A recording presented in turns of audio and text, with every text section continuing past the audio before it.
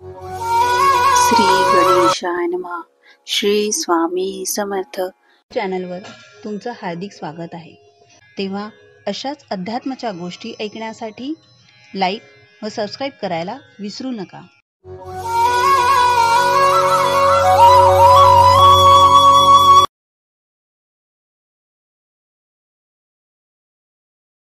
श्री स्वामी समर्थ. श्री सद्गुरू स्वामी समर्थ या यूट्यूब चॅनलवर सर्व भक्त मंडळींचे हार्दिक स्वागत.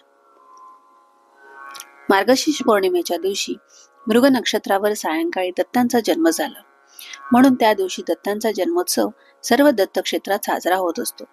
पूर्वीच्या काळी भूतलावर स्थूल व सूक्ष्म रूपात आसुरी शक्ती मोठ्या प्रमाणावर वाढल्या होत्या.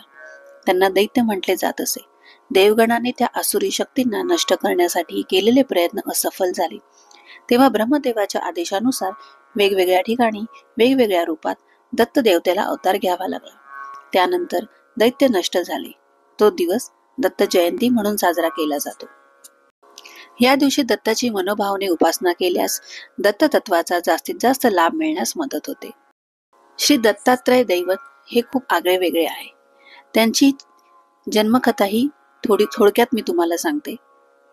दत्तात्रय हा शब्द दत्त व आत्रेय अशा दोन शब्दांनी बनला आहे.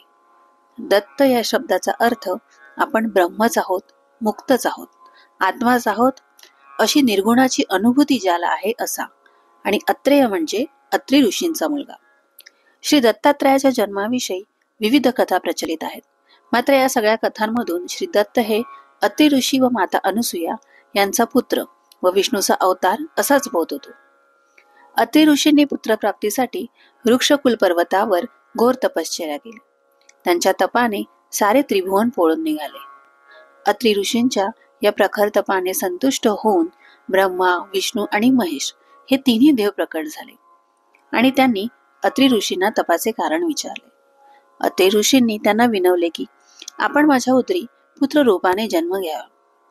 तिन्ही देवांनी त्यांची विनंती मान्य केली. देवत्रयीच्या आशीर्वादाने अनुक्रमे ब्रह्मापासून सोम म्हणजे चंद्र, विष्णूपासून दत्त आणि शिवापासून दुर्वास हे 3 पुत्र अनुसूयेच्या उदरी जन्माला आले. श्री दत्त जन्माची कथा ब्राह्मण पुराणात आहे. अत्री ऋषींनी ब्रह्मा, विष्णू, महेश यांची पुत्रप्राप्तीसाठी आराधना केली. ते संतुष्ट झाल्यावर त्यांनी देवांना विनवले की आपण माझ्या घरी पुत्र रूपाने जन्म घ्यावा आणि मला एक रूपवती कन्याही प्राप्त व्हावी. देवांच्या आशीर्वादाने दत्तात्रय, सोम, दुर्वास हे 3 पुत्र आणि शुभात्री नावाची कन्या अत्री ऋषींना प्राप्त झाली. श्री दत्त संप्रदायातील साधक अवधूत चिंतन श्री गुरुदेव दत्त असा जयघोष करत असतात.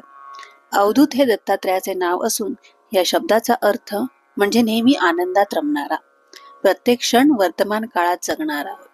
श्री दत्तांच्या पाठीमागे असलेली गाय म्हणजे पृथ्वी आणि 4 श्वान म्हणजे 4 वेदांचे प्रतीक आहे. श्री दत्त गुरूंनी पृथ्वीला आपले गुरु मानले होते. पृथ्वीप्रमाणे सहनशील व सहिष्णू असावे अशी तिच्याकडून त्यांनी शिकवण घेतली होती.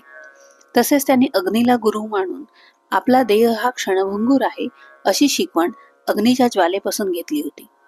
अशा प्रकारे चराचरातील प्रत्येक वस्तूत परमेश्वराचे अस्तित्व आहे हे पाहण्यासाठी श्री दत्त गुरूंनी 24 गुरु केले होते. महाराष्ट्रात हिंदूंच्या बरोबरीने मुस्लिम समाजातही श्री दत्त प्रभूंची उपासना करताना दिसते. श्रीपाद श्री वल्लभ हा दत्तांचा पहिला अवतार, श्री नृसिंह सरस्वती हा दुसरा, तर स्वामी समर्थ हा तिसरा अवतार आहे.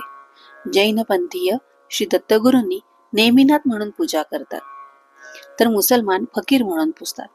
दत्त जयंतीच्या दिवशी दत्तगुरूंचा जन्मोत्सव साजरा केला जातो.